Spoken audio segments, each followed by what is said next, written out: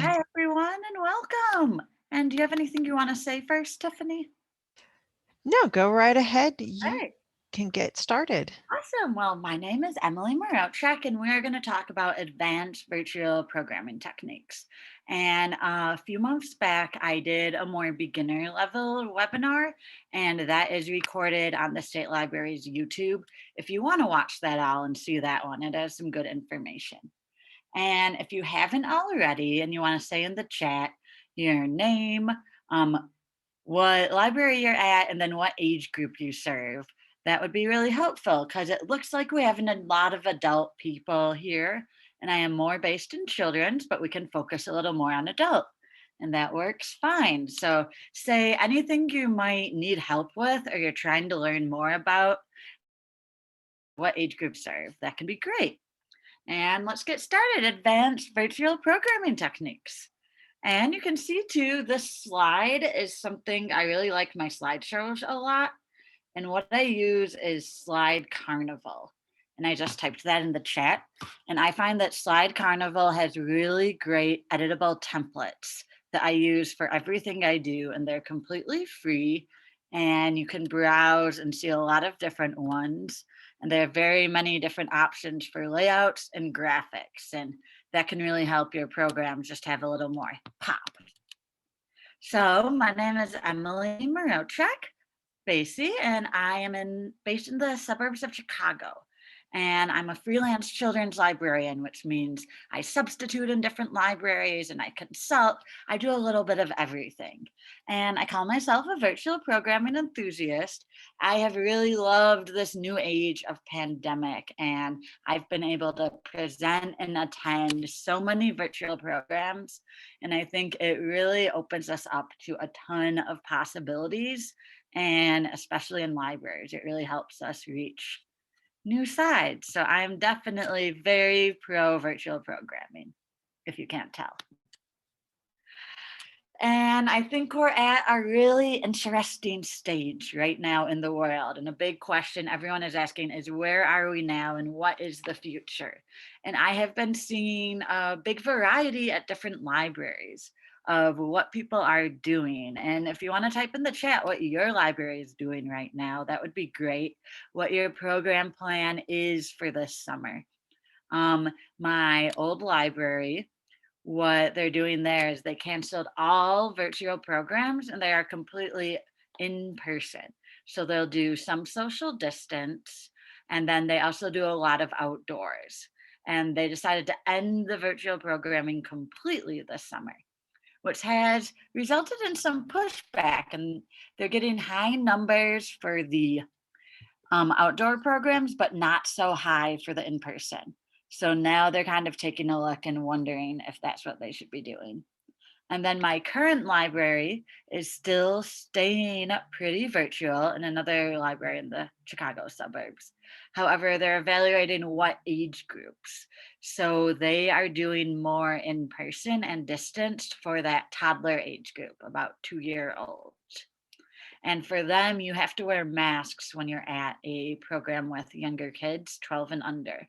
But then adult programs, if you're vaccinated, you don't need to. And all the adult programs are remaining virtual. And then fall, they will start a little bit of hybrid, a little bit of in person. So yeah, if you want to stay in the chat, what you're doing at the library, I think that's what's great about these too, is to hear what other libraries are doing. So go for it. And a big thing is always very important and something I think is great is that virtual programming is something we learned how to do during the pandemic and it needs to stay. It's very important. I think it can be very helpful how accessible it is to everyone. You can have volume control on your own. You can make it louder. You can make it quieter, obviously. We have options here for subtitles that are more and more common. Now you can do it through Zoom automatically, and you can also do it just bringing it on different programs like Rev can be really good for subtitles too. And people are able to pause, they're able to watch the recordings, and they are able to reach and kind of understand these programs at their own pace. It can be easy to miss something in an in-person program, and you're reaching a new level of accessibility. Another reach is that you're really going to different types of audience and abilities. I'm a mom of two under two, and I am able to attend so many more programs now. Children's programs, if one kid is napping, the other kid can go to story time. Or adult programming too. I am able to attend so many more adult programs because I can do it after my kids go to bed. And that is really helpful, is we are able to come to something we wouldn't normally come to. We went to a virtual beer tasting program a couple of weeks ago at a library I work at. And what we did through that was we actually picked up a 4-pack of beer at a local brewery. And then there was a virtual presenter, and we listened and drank our beer from home. And that was kind of a cool way to have this event. And while the kids were sleeping, we didn't have to go to the library. We didn't have to do anything. And that was something different than what I've done before. So that was fun. And I think reach is really good, but important questions to ask is, who is your population? What is your purpose, and who are you trying to reach? I know myself, I have attended library programs in different states. I have observed library programs in different states. Even I did some in Canada, we'll do different countries. And it can be really helpful for me as a professional and as a person. But the question from those libraries is, are they trying to get higher numbers?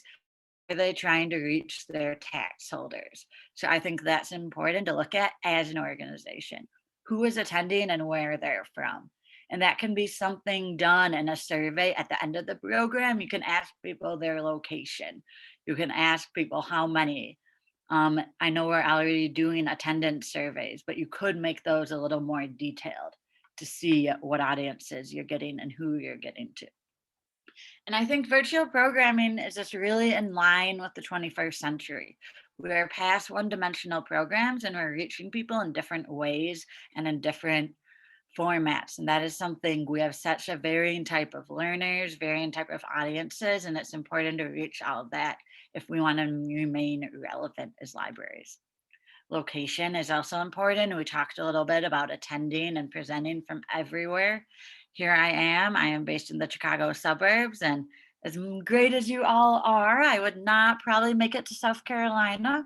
And it's fun to be able to be here. And also, you can have presenters that aren't necessarily professional development, but also magic shows. We were able to hire a special musician that was based in New York, Mr. Kevin, and he did a great show that we did as our summer reading kickoff, actually last summer. And we would not have been able to do that normally. So it's kind of cool to open up your avenues more. And that helps the budget. You don't have to pay for transportation. You don't have to pay for lodging. And then also with budget, what are you paying for? Meeting room expenses, snacks, everything else that can go in an in-person program. The virtual can be done a little bit better. Not better, but cheaper. And there's just a lot of possibilities for virtual programming. And I think these are things we can continue exploring. That it's kind of gotten to a point where a lot of people are doing their same in-person programs, but really it's fun to see what we can expand on and what you can do that you would not do in a room with a bunch of people. What can you make more virtually? And now, as we're moving into more things opening up, I think hybrid options are something that definitely needs to be looked into.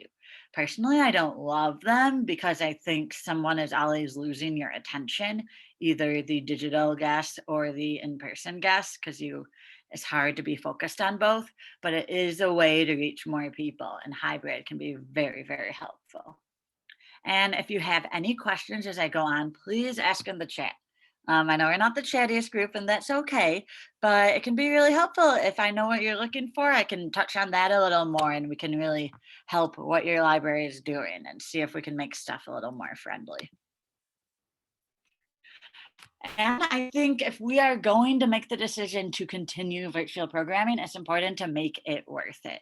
It's important to see how we can do everything as the best quality and the best for our patrons. And that's something we're going to talk about more today too, is how can we edit and be better? How can we change our background? What can we do hybrid? How can you make troubleshooting less scary, and how can we fine tune? And that's combining everything and trying to do the best product. I think the beginning was a lot of survival. And then now, as we are diving deeper in, it is definitely good to make it quality and see what programs you want for your library is so important. Okay, I'm seeing someone interested in doing adult programming. And yes, I think children's one story time was something that's very easy to embrace. It was very easy to dive into story time programming and these ones for kids and families. But adults have needs too, and adults are looking for programs. And I know myself, it's been fun to be able to attend these adult programs. One thing my husband and I did for his birthday is we did an adult magic show. And the one I talked about earlier was a children's magic show. And then we actually went to one that was only for grown-ups. You had to be 18 and everyone had their own deck of cards, and the magician was very interactive, and that was a cool. There was about 50 people there and a lot of different adults. And another adult program that we attended is I made a sushi candle. So I picked up the craft from my library for a candle out of wax paper and sushi. And then we all logged into Zoom at the same time, and the librarian did a craft along. And then all the adults were doing it together as a craft. And I'm really bad at crafts. So having that guidance was really good for me. And that was a way to do the adult programming. So those are two ideas. And something that has helped me get more ideas too is the programming is really going on to other libraries' websites and kind of seeing their events, at least seeing what they're doing. And also you can email the contact and ask if, oh, I'm answering you right now, Georgetown. I like to go on the library's websites and I like to see who the contacts are. And I will ask, can I shadow your program or can I find more information? And people are really helpful in kind of seeing that from the website and from the Facebook. I can see what they're doing and if that's helpful. I'm also a member of librarian groups on Facebook, and you can get ideas that way. But I kind of find the most beneficial is actually looking at their calendar and seeing what they're doing and what their options are. And I like to go to the big city and state libraries because I know they're most likely to have larger budgets and be doing more. And then I can see on Boston exactly what their schedule is and how it's going. So that's a helpful way that I look, but also kind of seeing on Twitter, seeing on Facebook, and following these connections. Going for the library hashtags or virtual programming hashtags can help me see what they are doing. And then I might see a program another library is doing and say, how can I modify it for my people? How can I do it something everyone would like? And that's kind of a way to take a look. And for virtual programming myself, if we're looking at hiring presenters for something, something that we do that way is kind of looking at presenters we had before and seeing if they offer virtual options, looking at the people that are popular and seeing if authors might do a virtual talk and see if they can come and kind of reaching out. So much is just the same as how we did it before, but kind of reaching out and seeing if they can go to these virtual options. Ways to engage attendees that we'll get to in a moment. That's a good question. And so we already talked about this the most, but what do you need the most help with? What is something that is struggling about virtual programming? Feel free to put that in the chat so we can take a look. And what part do you dread most about the program? What do you try to make your coworkers do? Put that in the chat too. And what is something that just is hard that you don't want to do? What do you just avoid at all costs? Because we can get past that. We can try to see how it's getting better. Because I found that that's the biggest roadblocks. And for me, a big roadblock is planning and ideas is something I strive with, but having the manpower is really hard and having enough staffing. And something I tried to do is I really laid down for my supervisor, this is what we need. And a big thing we said is that having another person in the program with you can be really helpful. Like Tiffany is here today and she's letting people in from the waiting room. She is looking to see if there's anything wrong. And yes, that takes 2 staff people, which can be really hard for a library. But something I always say to administrators also is that if we are going to do more, if we are going to do different, we cannot do that with the same amount of staffing. And that can be complicated and that can be hard to chew on to, but it is important. And it's really hard, but it's also showing. I've also found it helpful to have administrators shadow a program or ask them to attend or ask them to run tech, which they might not always want to do or actually attend, but it can be helpful. Then they can really see what is happening and how it is going on. And yes, the second program with larger webinars is helpful. So thanks for being here, Tiffany. Couldn't do it without you. Definitely.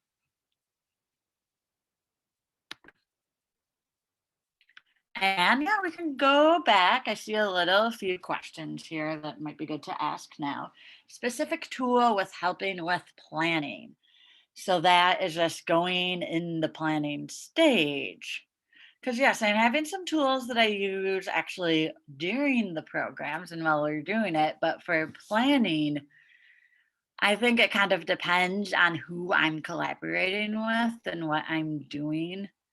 So the typical things like Google Drive can be really helpful with sharing documents and ideas. And we have moved to Microsoft Teams at my library, and that has definitely had a lot of learning code. Um, the learning curve using the Microsoft Teams, but it is really nice to have everything in one area there because I found that something confusing can be okay, we're doing this on Zoom, we have this in our SharePoint, we are finding this on email. And then in Microsoft Teams, we are able to make specific channels, and that's where you can save documents, you can have video meetings, and you can do everything at once. So that has really helped with workflow and planning. And it does take buy-in, but Microsoft Teams has been really helpful and a lot of organizations go through that. And yeah, I'm going to get more of these questions at the end. These are very good ones though, so thank you. Keep them coming, keep them coming. And I know we have a lot of adult people here and we seem to have children's programming down, but a ton of questions that I get, and that's always important moving forward, is with copyright. And people always want to know what my specific stance is. And I can have my own rules, but what is important is that your library has a consistent policy. And it has a policy about what you're doing for programs and how you're approaching copyright. I like to say that live is live. And if you are not recording a program, it is okay to read a full book. It is okay to do something. If it is live and not recorded, you can do it like it's an in-person program. But something to think about is we have been thinking publishers more often doing virtual programs. One thing I've noticed that was funny is even seeing authors do a video and then they're even thanking the publisher. And they wrote and illustrated that book and they're still thanking the publisher. So the question there is that something you should always do? Should you be thanking the publisher and the author when you're doing an in-person story time? That's something to think about. That's something to think about in a policy. And then if you are going to record something, if you're going to put it on YouTube, I think that that is where we really get into copyright and that is where we leave fair use. And I think it is important to follow the publisher guidelines. You can find them on their individual websites, or you can also email a publisher and ask for specific permission for a book. And I think that if it's recorded and if it is going to stay accessible, that's something important to stay to. But I'll just stress again is that your organization should have a policy for what you're doing. Then it is consistent. And then you're not having the he said, she said. And then if anything does get in trouble, there's something that they can point to. And that is very, very important. And we have more about editing videos on iMovie, and we're going to go back to that because I haven't had a lot of questions about that. So we'll see how we're doing on time and go back to our iMovie editing. I also had questions before about green screens and backgrounds, and I'm going to go back to that too. Because we're also doing the way the virtual programming is that you can improvise and work towards your audience. And that can go with troubleshooting, is we have had questions about engaging patrons. And I think something that is important is to talk to your audience, to ask them what they want. Even right now, we are getting feedback in the chat. And that's how you can really meet them where they are and what they're looking for. And sometimes that can be hard. For example, there is no video on everything right now, and that can be hard for me. I'm talking to a bunch of names. I see one person's photo. Hi, Brian. No, that's not Brian, but glad. Oh, hi, you turned your video on in that. How nice. And having that and encouraging that can help your interaction and help you as a presenter, but also encouraging people to chat. And we'll talk about tools in a little bit and kind of using some additional technology tools that really help encourage the participation that can be helpful. Engaging attendees. I really think that something huge for there is just finding ways they can participate, and it can be hard because it can feel like you're talking to crickets. But something I always remind people is that happens in a normal program too. You say a joke and no one laughs. You do something really cool and the kids are just like, hey. And that happens not just virtually, it happens in real life. And it's easy just to forget that. And we need to remember that, and we need to give ourselves grace. And another thing is having attendees. I know no one said that, but think back. We definitely had in-person programs that had no attendees and no one come, and that still happened. It's easy to paint that rosy picture that so many people came and it was so awesome, but I'm sure everyone or most people has a program they prepped so hard for in person, all the supplies were ready, and then no one came. It is a terrible, no fun feeling, but we had that in virtual. We had that in person, and we'll have it in virtual. And it's just one of the fun of being free libraries is that people don't feel as obligated to come. And that's a problem we're just going. So looking a little more, I know we had some troubleshooting questions here. We talked about engaging, and we're going to talk a little more about using tools for participation and seeing things that you can do. And I think asking questions in story time, my 2-year-old, he likes being able to do kind of the show and tell. And when he's at story times that have the show and tell at the end, he thinks that's really fun. And he likes to be able to be in his house. And if there is a story about a fire truck, he will go get his fire truck and bring it. And he also likes when his name is individually mentioned. So if the presenter says, let's all clap because John is here and Tiffany is here and Georgetown is here. And saying those individual names can help people feel welcome. And that's at the younger level. And then going forward on the older level, engagement and participation, we talked about some programs I attended. And I think it's helpful to just always be friendly and say, you're welcome to have your camera on. You're welcome. It could be really nice to be able to see you, but it's okay if not. And another thing we like to use the language of, you can turn it off for a little bit if you're having a rough time and then turn it back on. If you're doing something, if you need to step away, it's okay. And just really having a no judgment zone is something that I can be really helpful. I think can be really helpful.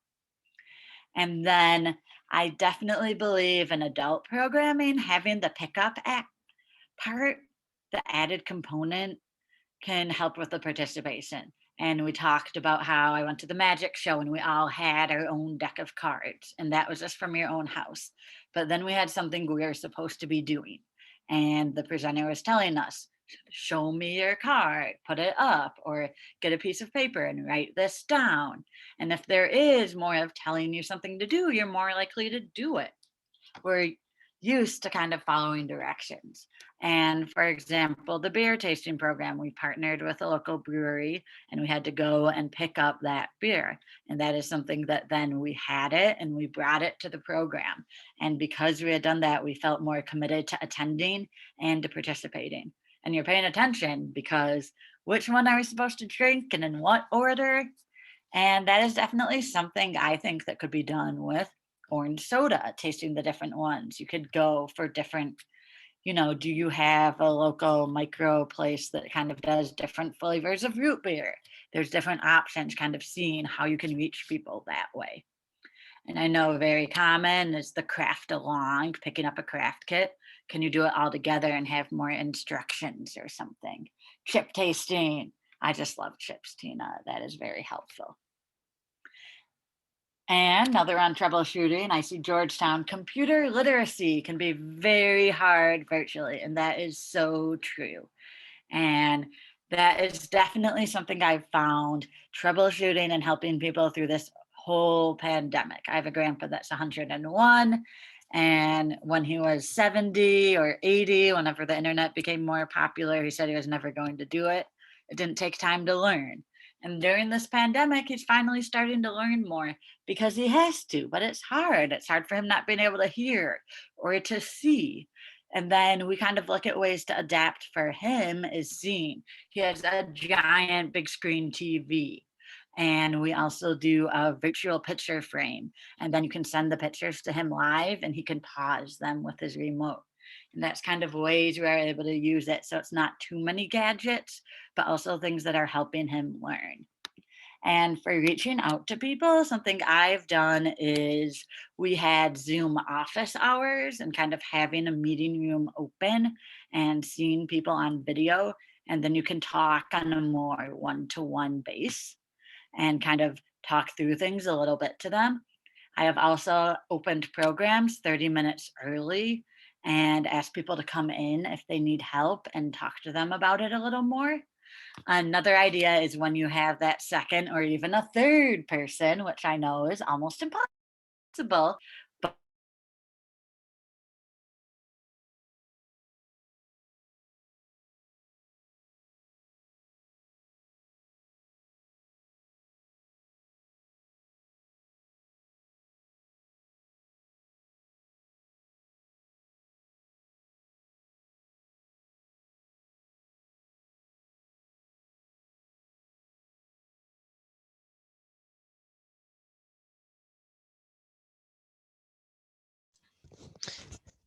Yes, the video seems to be frozen.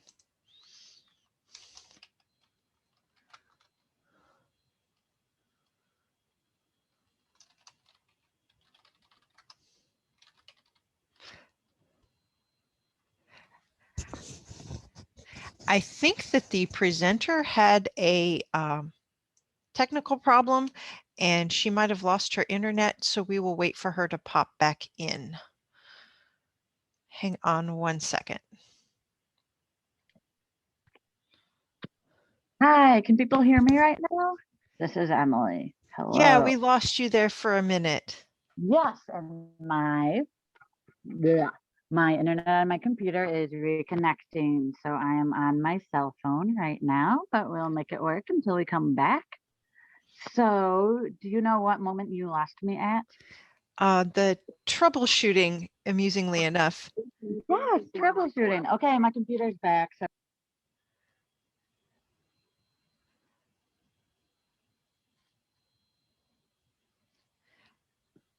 okay, can we hear me on this screen? You're echoing. Yeah, turn the audio off on the. There we go. Okay, I'm not echoing. You are echoing. Yeah.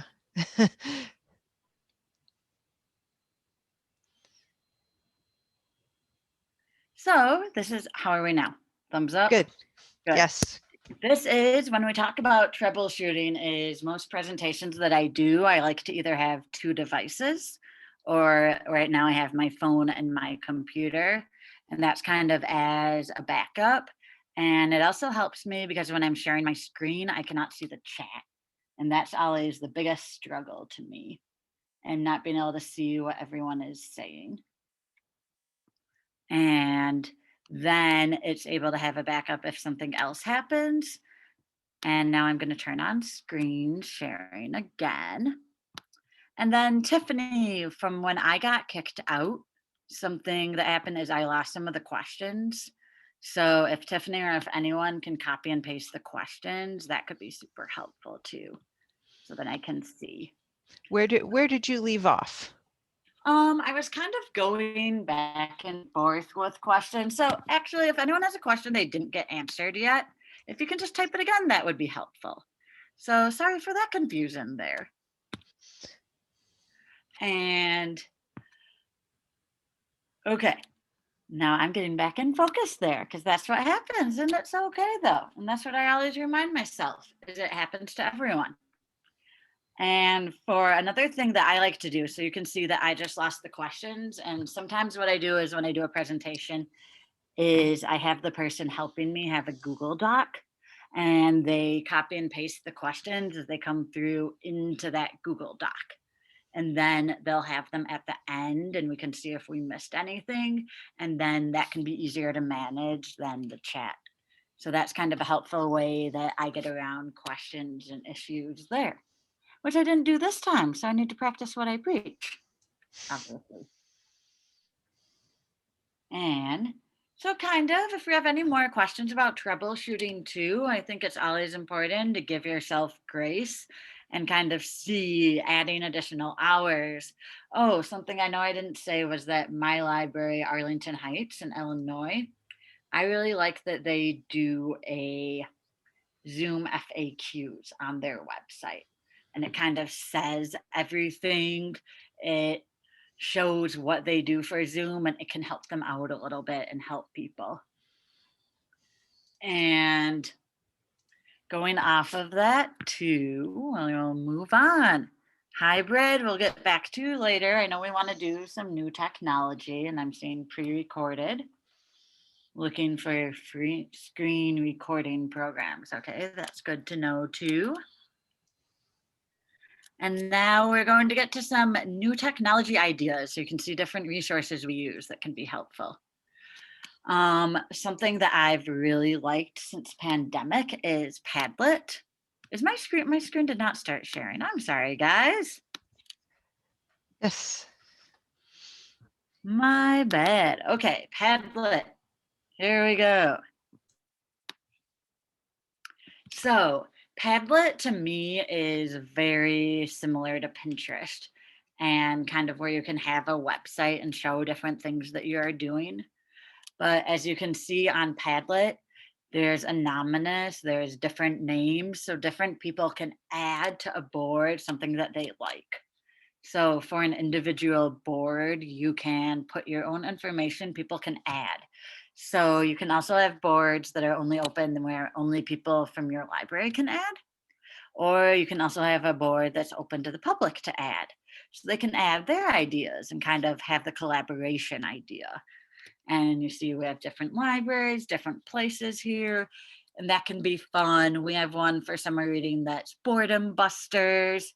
You could have one for adults that kind of goes with a book club that has resources of the book. And if there's people in your book club that have something they might add or a video that they think is cool, they can add to it.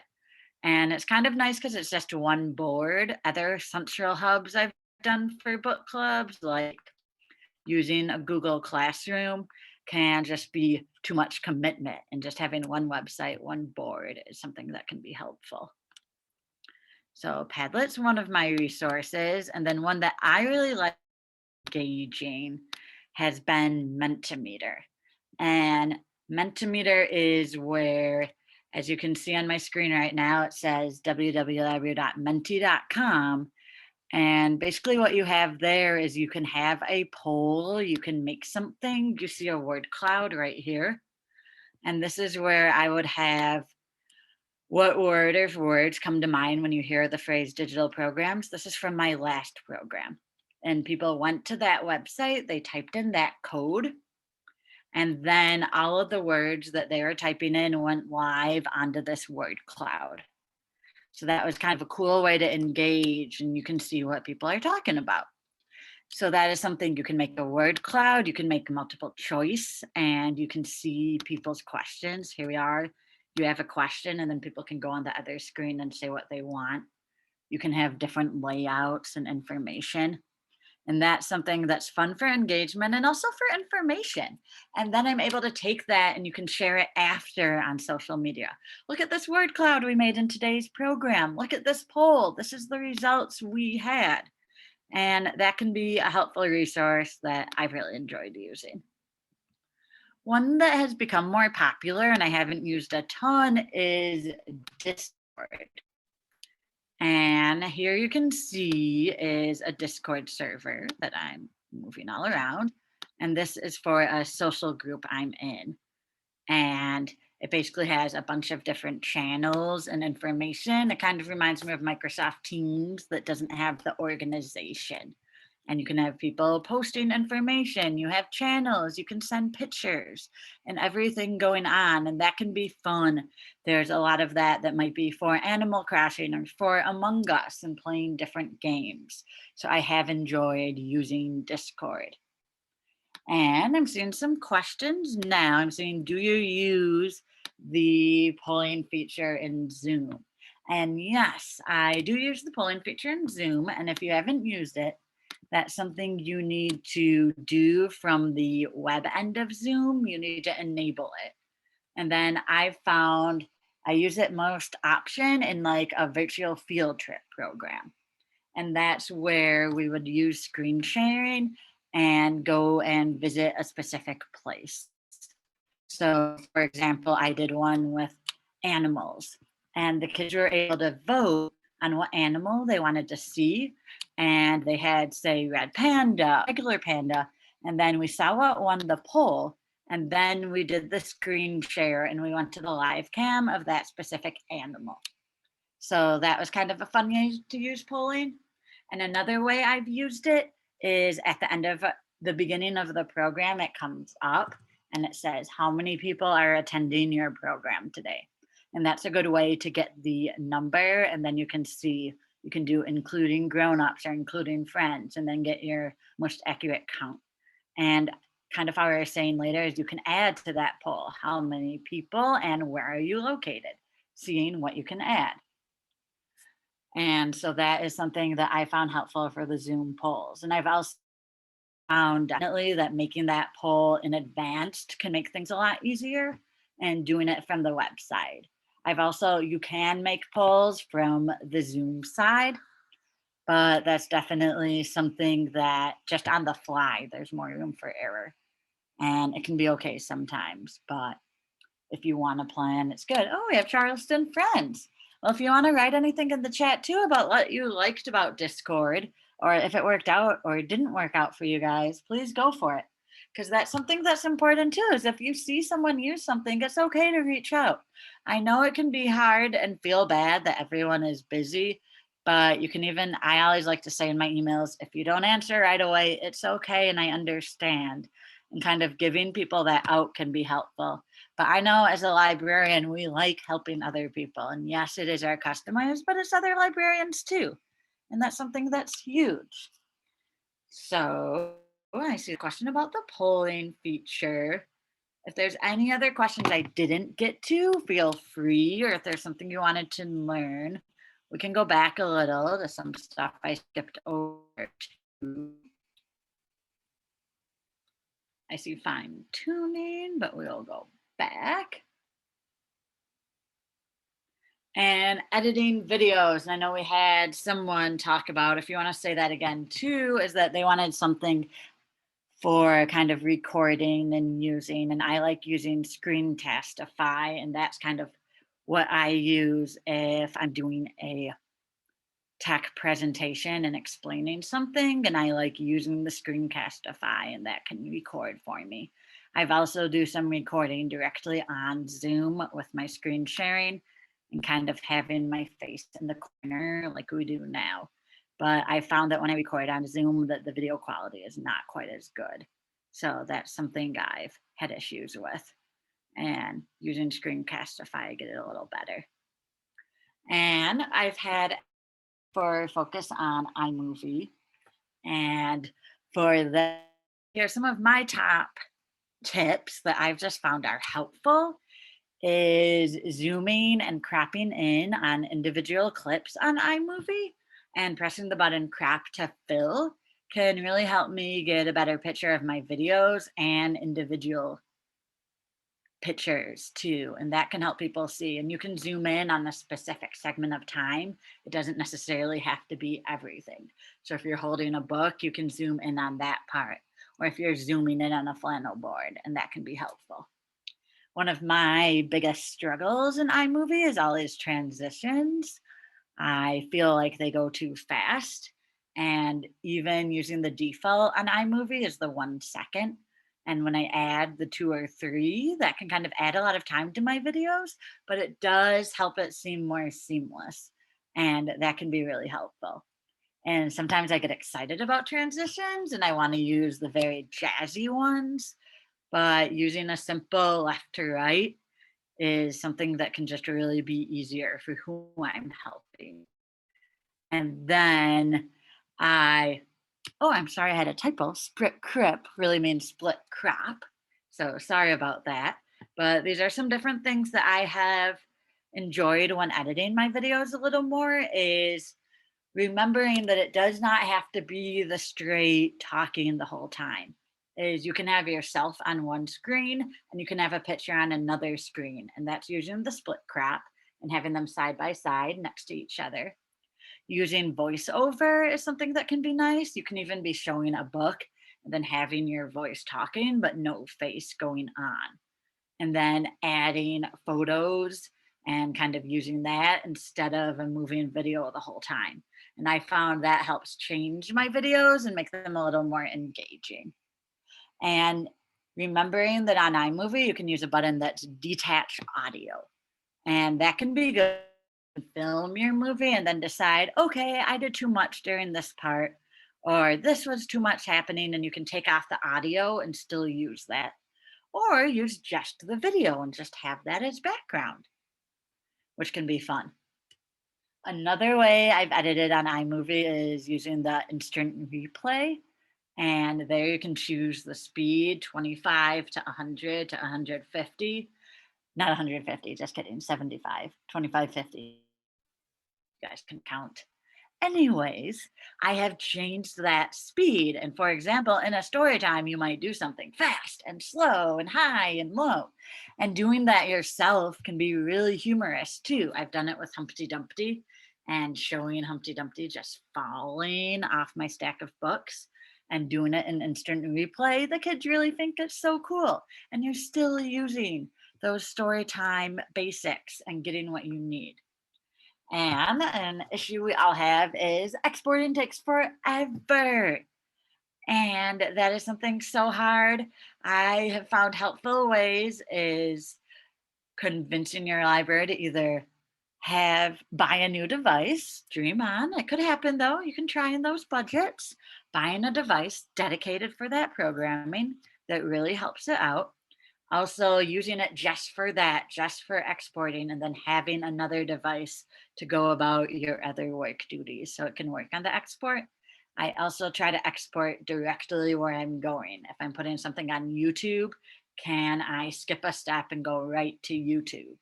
However, sometimes it helps me to also just export just as an MP3 file. That's something I've been helpful with. And then I can have that file and then I move it on to an external hard drive or a flash drive. And then I always have a copy of it because I, for one, have enjoyed saving my programs and I'm not sure exactly what I'll do with them. But if I ever want that, it's a digital resume. If I ever want access to see those. However, put them on my work computer or my personal computer, these videos become way too much. And green screens, we had some questions about green screen. And as you can see, my picture right now is definitely a headache. And that's kind of an example. You can see a weathercaster. This is a photo that's gone a little viral and it's showing just how bad it looks because of what color dress she's wearing. And I think it's very easy to just go, don't wear green, don't wear green. But right now I'm wearing a light teal. So it can kind of go close enough to green, even if you think it's okay. And something to remember, especially now with backgrounds and with Zoom and with everything, is it doesn't have to be green. The two screens that are really common are green screen and blue screen. and your library might have those, or it might be good to buy those. But something when I was doing from home, or even here, you can see we don't want a background right now on my screen because this is my office bedroom, and you're just getting a wall and random things behind there, so it would not look good. So something when we started the pandemic, I was in an apartment. So I was very crowded. I have two kids. So I didn't have a very good wall, and all my walls were beige. So I was not able to do a background, and that was something really hard. So what I did was I went to my kid's crib, and then I put a blue blanket hanging over the crib and then sitting behind that, and that helped my background. So then we were able to edit in the background later. And that's something that's been easier for me too, is just doing the plain screen and editing later. Because I've tried before having a big background on my screen, and that's been a little more complicated, is having the background in the beginning. And then I move too much, and you don't need to do it live if you can edit. The other thing is that these green screens and backgrounds, they can get distracting, and they can be hard for people that have problems focusing. So you want to make sure that it's either really helps your program, helps elevate it. For example, I did an outer space story time, and I did it from outer space with the background, and that was fun. However, a lot of my story times, it can be easier to just have a plain blue wall that has less of the distractions. My old library moved where for our virtual programs, you had 3 green screen backgrounds, and it was kind of like a blue with the library logo in the corner. And they wanted that logo, and there was also a fake bookcase with lots of books in the background. And that is how they decided to stay consistent, is that you could pick from these 3 ones. And that was something that could be helpful. We talked about troubleshooting already. Let me see if I skipped anything. We talked about copyright. And yeah, feel free if you had more questions on anything specific. We'll go into hybrid a little bit more because that is something I'm really seeing more demand from for administration too, is why not both? And I think that's something that can be great, is why not both? You can meet multiple needs. You're there for the people that want to be in person. You're there for people from home. You can record, you can watch later, you can do a lot at once. It can be really helpful.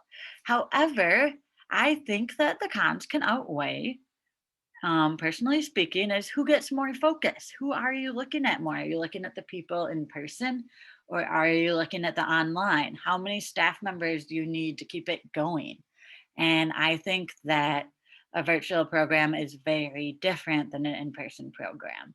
The vibe, the interaction, how much you're talking, and that there's also just a lot of room for error. If there's a distraction in the building, a kid crying or something happening, or the audio going bad, or also if there's a distraction and the tech goes out for everyone.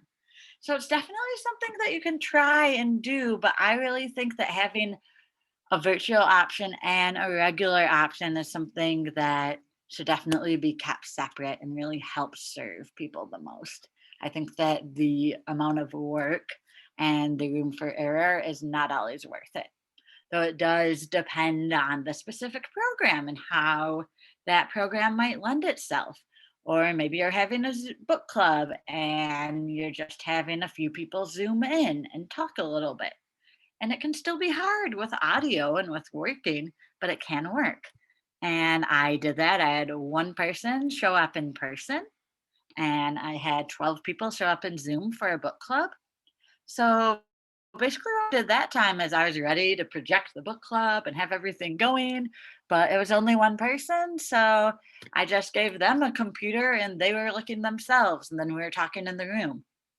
So it was almost like we were still attending a virtual program. And even though we did have that in-person option, which was definitely a way. And that was something we then used for administration, is you're like, okay, this is what happened, is we had the in-person option, but it looks like the members of these book club really just want to stay virtual. And that was good to be able to have that to show administration.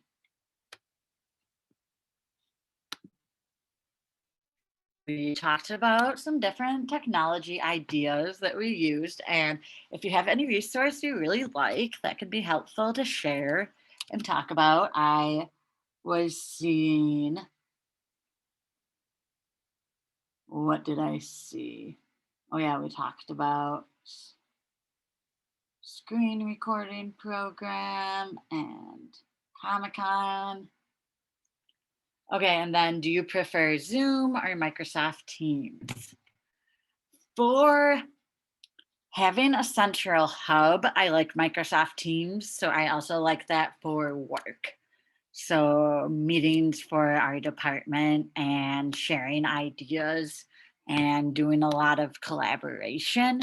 I think it can be really helpful, but I think the capabilities of Zoom for live video are a lot better. I like the polling options. I like that we can add captions and subtitles now. The breakout rooms is a really awesome feature that I think is underutilized by a lot that I've been to.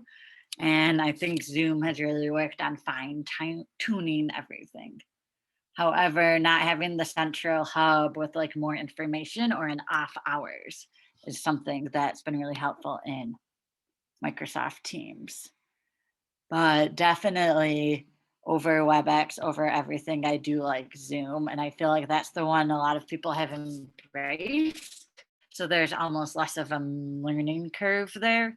However, something to remember is how we talked about FAQs and working with your people is you can do that with whatever technology you're using. And that's something important.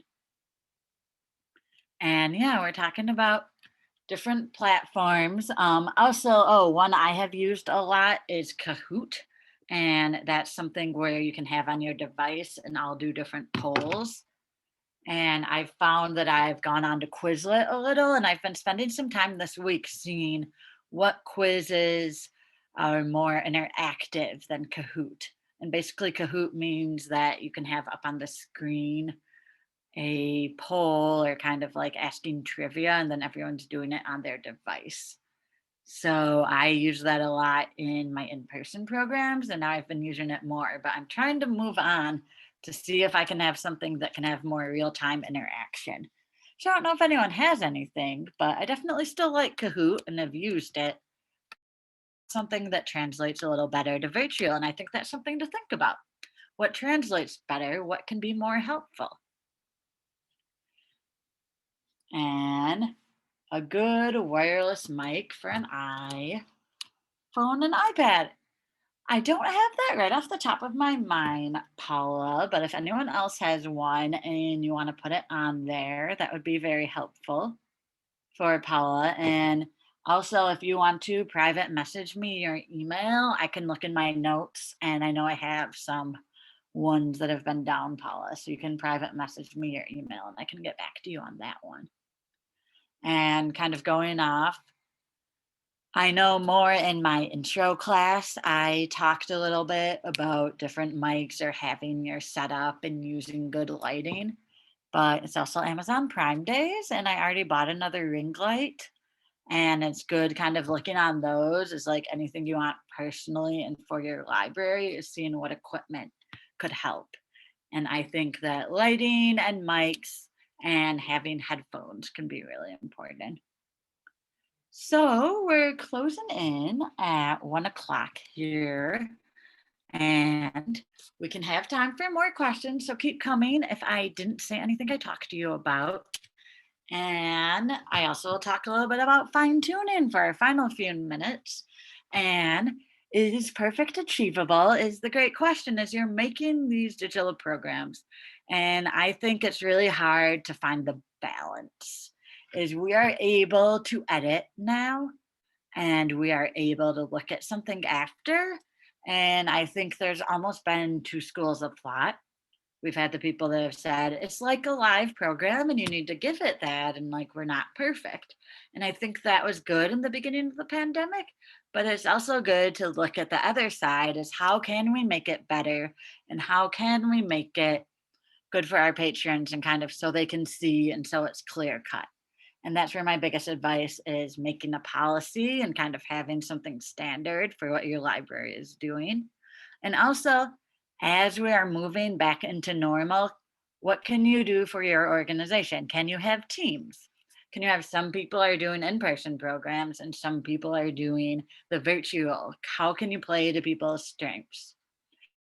In my libraries, we have one set individual who is the video editor. And there's also a video editor at the two other libraries. And then they are able to talk to each other and stay on a consistent page. And then they are getting better at the video editing because it's just one person. And then they're able to add the staff hours to that. And that was kind of a way to up our quality in the video editing, because it's important to be realistic and also realize if you want a higher quality video, it's going to take time.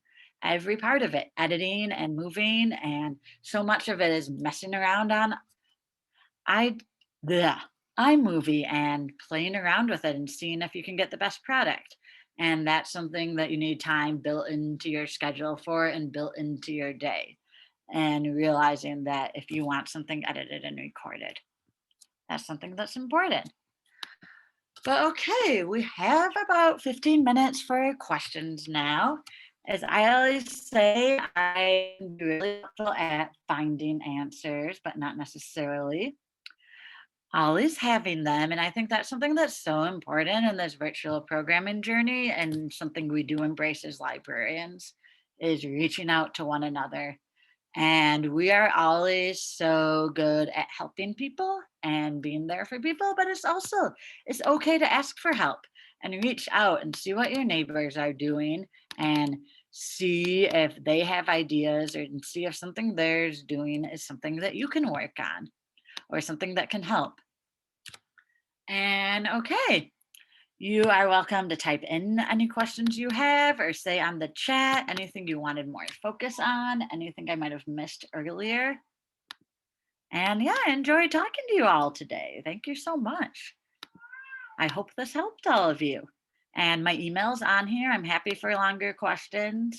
I'm happy to look into the wireless mic for an iPhone and iPad, Paula, and I can send you some links that I know.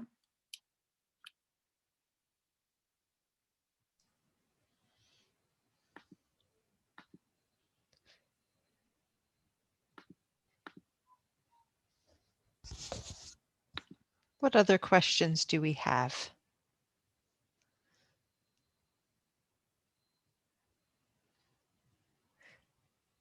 Thank you. Thank you for the presentation. I'll go ahead and stop the recording here.